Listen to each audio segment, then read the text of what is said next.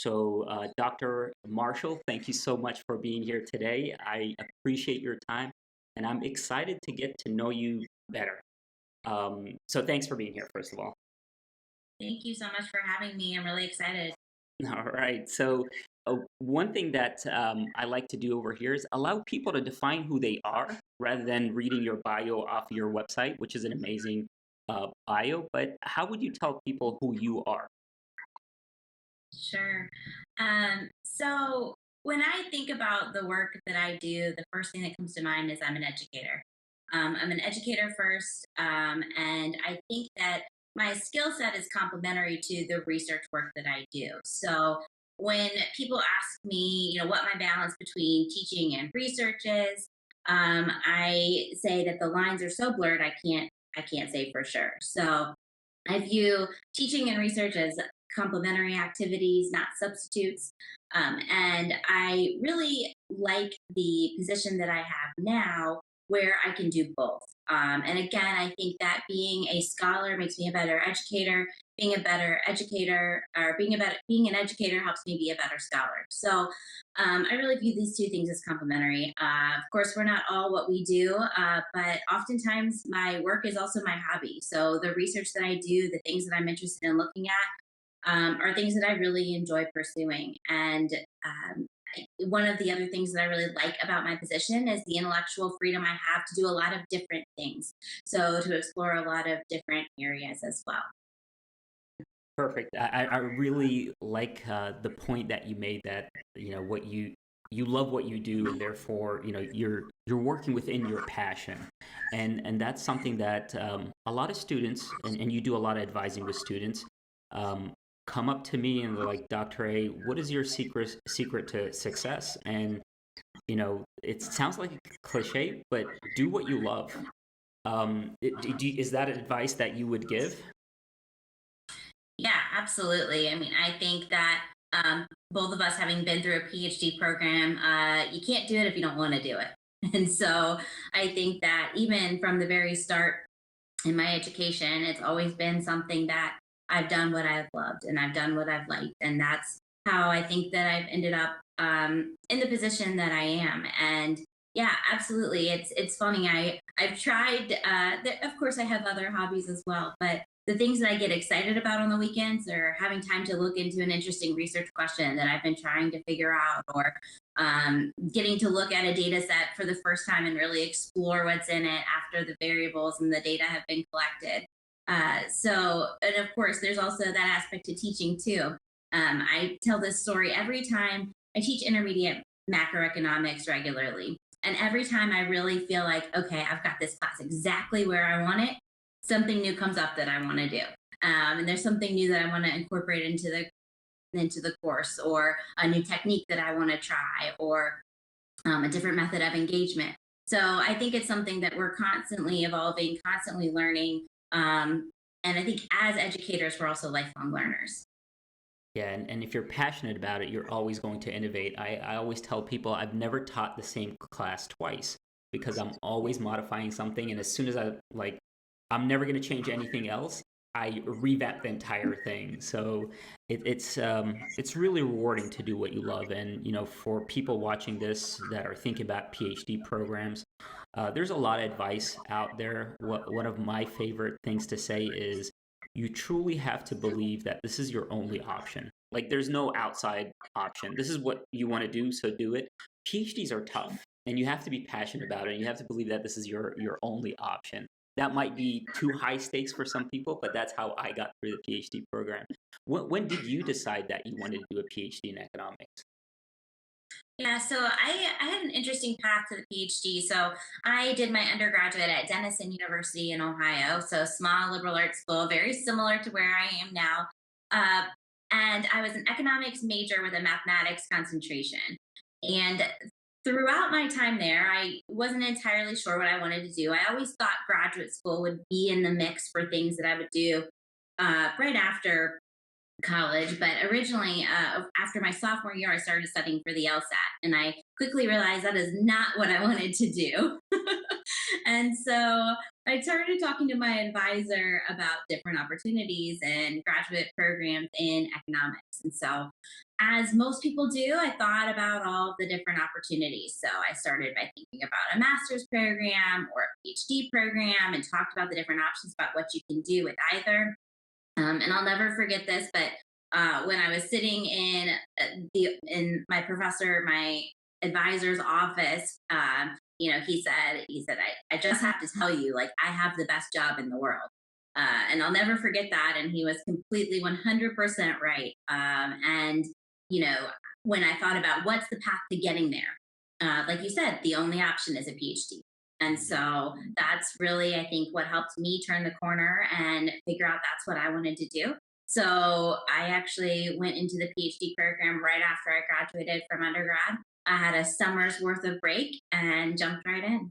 That summer before your PhD program is exciting. You're nervous. You're looking forward to it, but you at the same time have no idea what you're about to get into.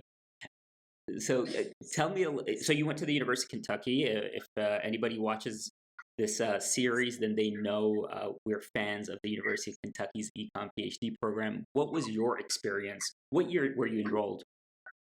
And I do have to say, also fans of the basketball program. Some So of we us. didn't. I'm a Cardinals fan. I grew up in Louisville, Kentucky, so I'm a little torn, but that's a whole other conversation. Well, Abdullah, I'm from Louisville also, but Yeah, I've always bled blue. So, I heard you. yeah, huge fans of the University of Kentucky PhD program. I'm actually super excited. I have a student who I think is going to end up there in the fall semester. I think that's always rewarding for us to see our own students kind of ending up back where we began our journeys. Yeah, and you specialize in which areas? Yeah, so my primary field was macroeconomics and monetary policy. Secondary field was public economics. Um, Great combination. After you graduated, Dickinson was your first position. So I had an interesting intermediate step. Okay. When I was at University of Kentucky, one of the members of my dissertation committee actually ended up leaving, and he went to Bates College in Maine, which again, another small liberal arts school. So as I was wrapping up my fourth year, again, one of those moments I will never forget exactly when and where it happened. I was actually walking home from Gatton, and Hmm. he calls me and he says,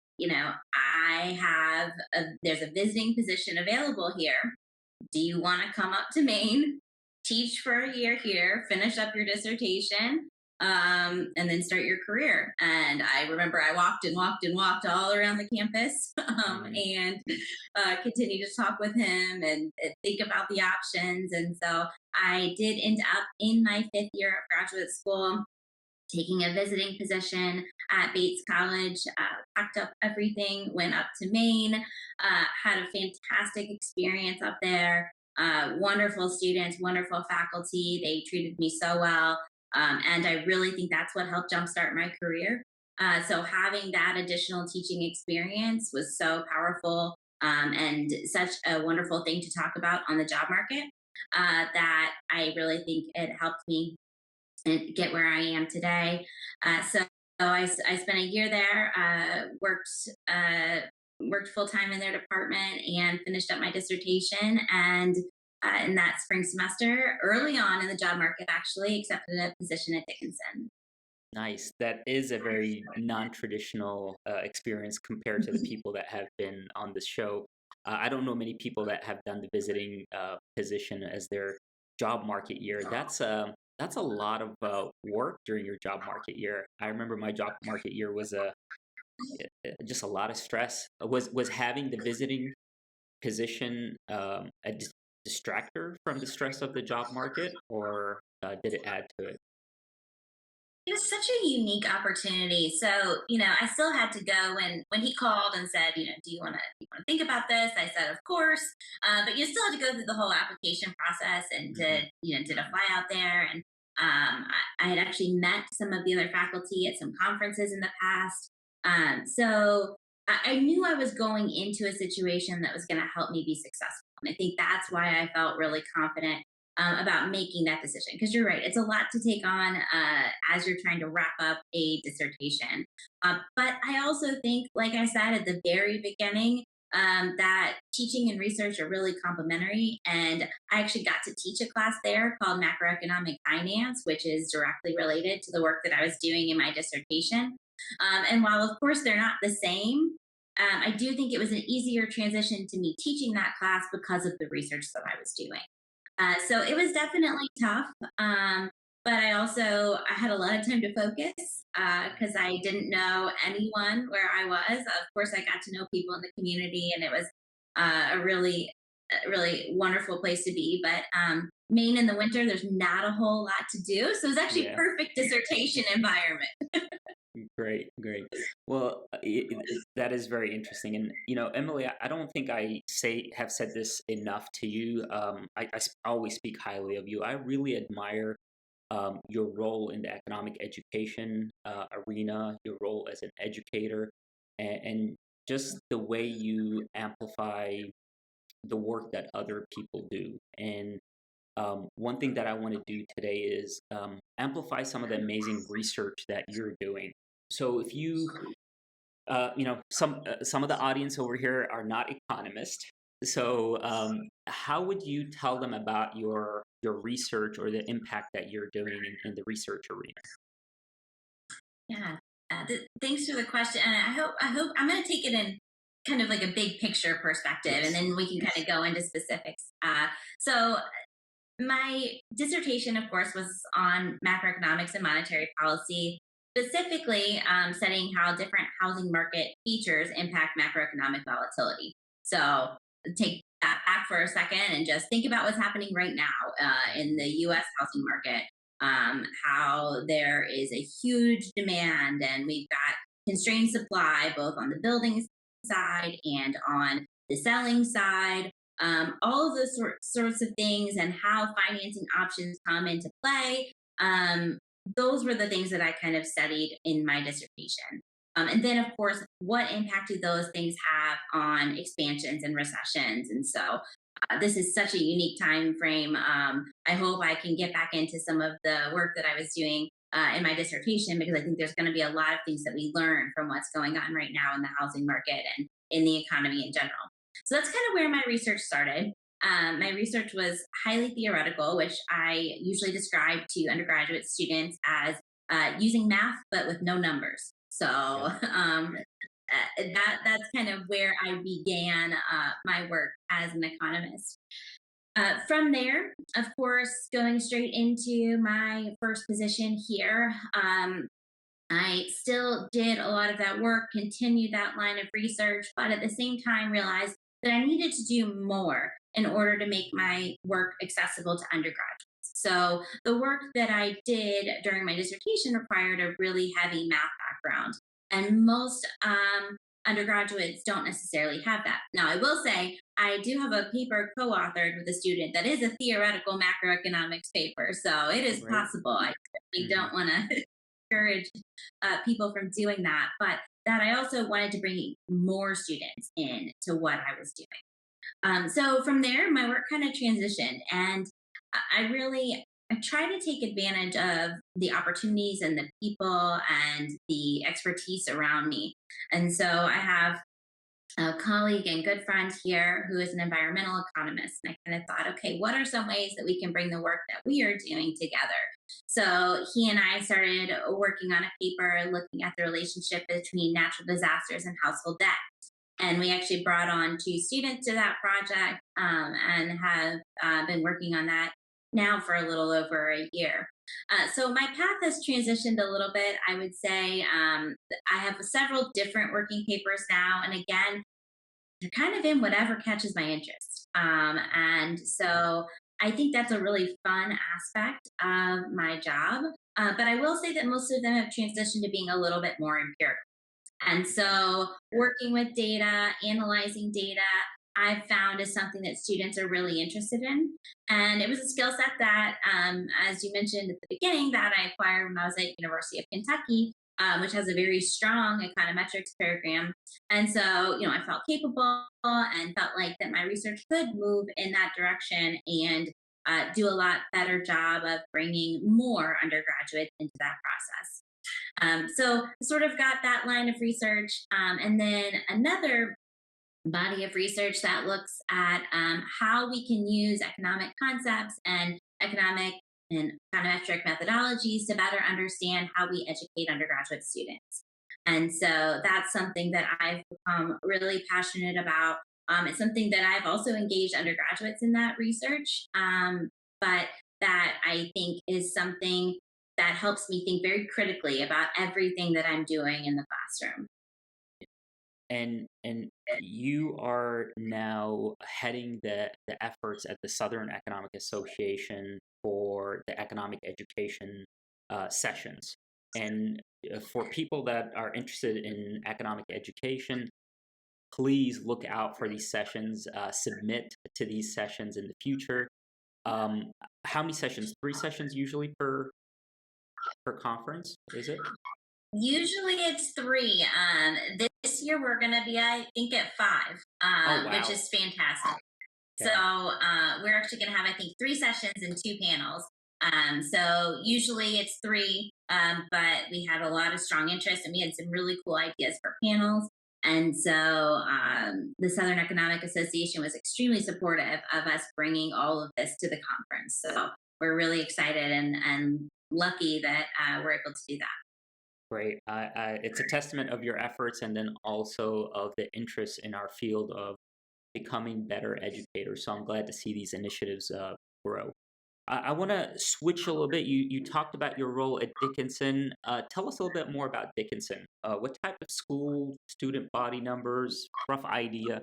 If somebody's interested in knowing more, how would you describe Dickinson College? Yeah, so Dickinson is a small liberal arts school, and we are located in Carlisle, Pennsylvania, which is a fantastic place to live. It's a very quaint, small, historic town, but not super isolated, which is wonderful. We're really close, about 25 minutes from Harrisburg, about 2 hours from Philadelphia, 2 hours from DC. So there's a lot going on around the area that we live in.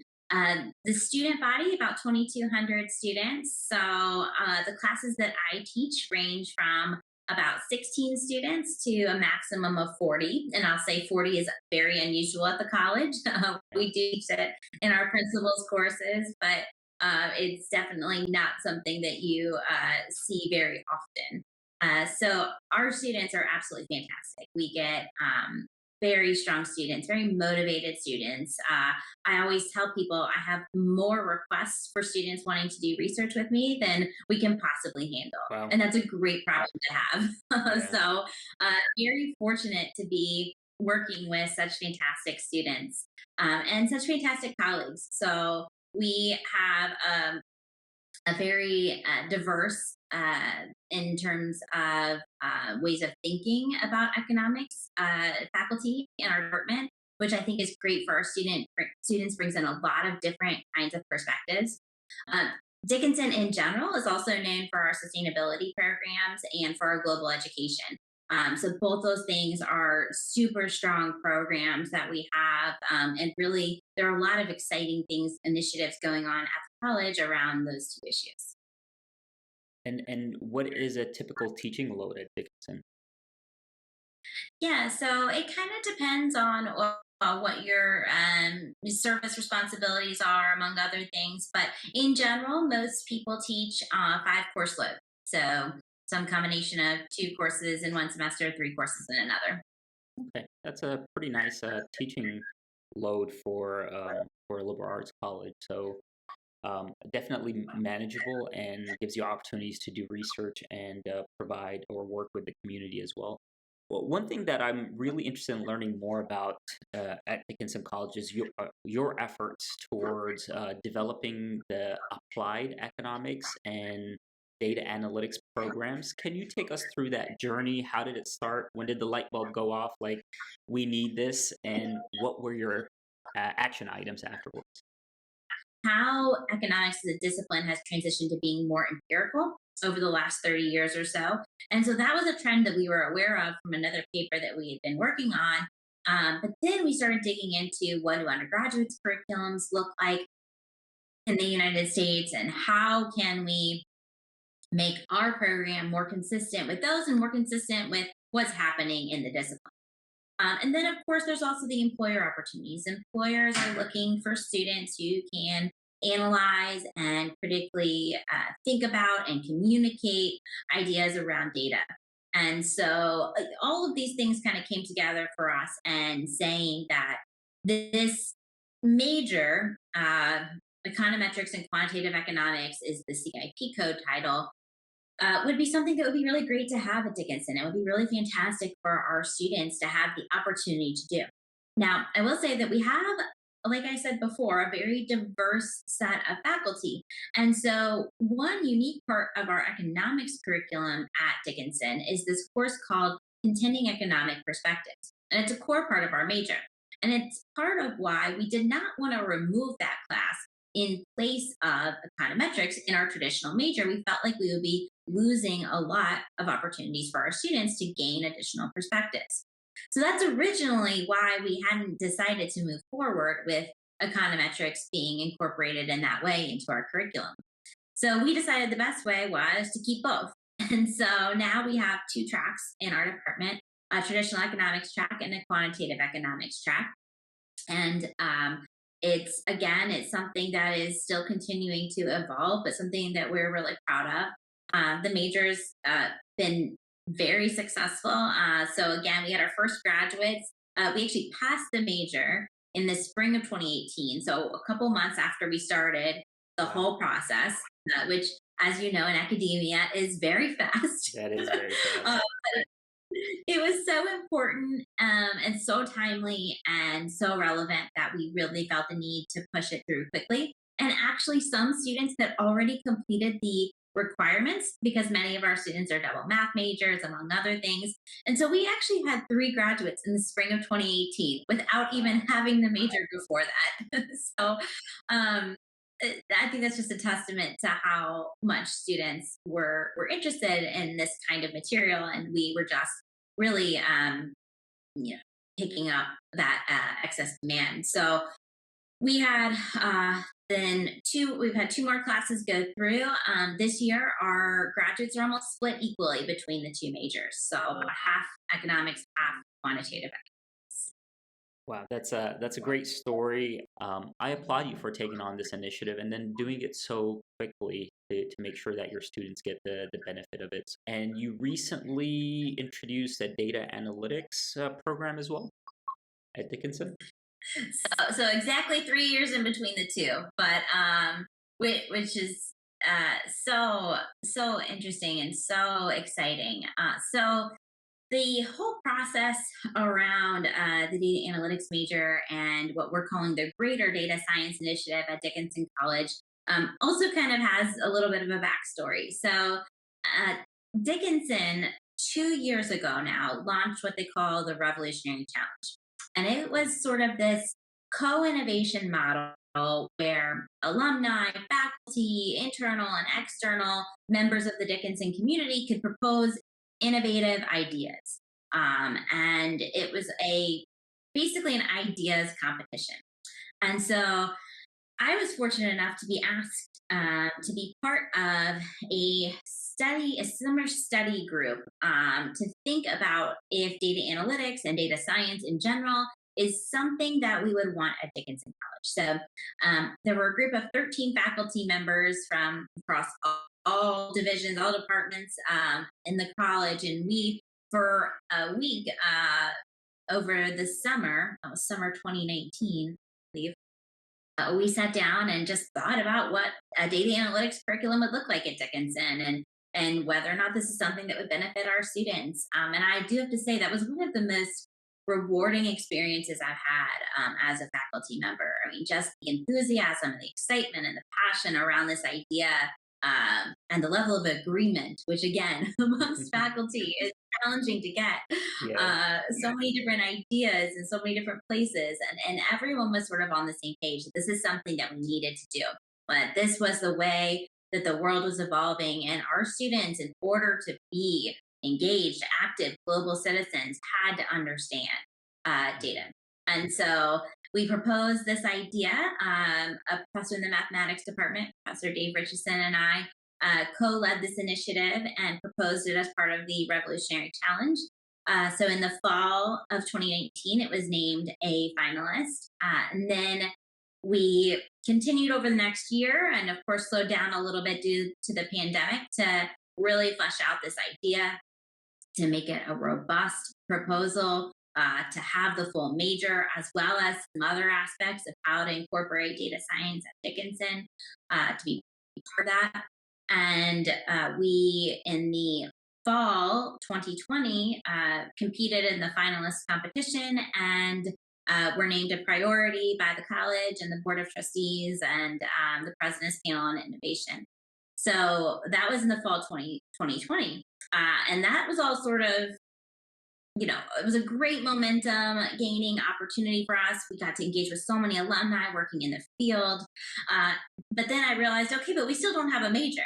And so over winter break, I sat down and, with some help from colleagues across the campus, drafted a new major proposal and submitted it to our internal committee. It went to the floor of the faculty at the beginning of March and passed with extreme enthusiasm. So I'm just so excited for how that process unfolded and all of the collaborators and the work that people have done across campus to make that a reality. And we're excited to welcome 2 new faculty members in the fall semester to teach in that program.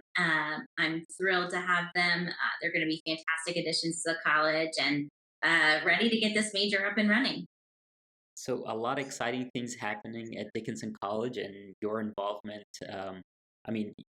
Obviously, great economic educator, great researcher, and now from a service component, you're managing the SEA sessions, but also doing a lot of outreach or program development and curriculum design at your institution. So you're wearing so many hats, and you're wearing them well. Let's put it that way. What is your advice for, because in between all of this, there's tenure as well, right? Which we didn't talk about. What advice would you give for new assistant professors that kind of want to go through your path, right? So what's the trick to success here? It's funny because I don't know that I'm quite in the position to be giving advice yet, but I'll try. I think that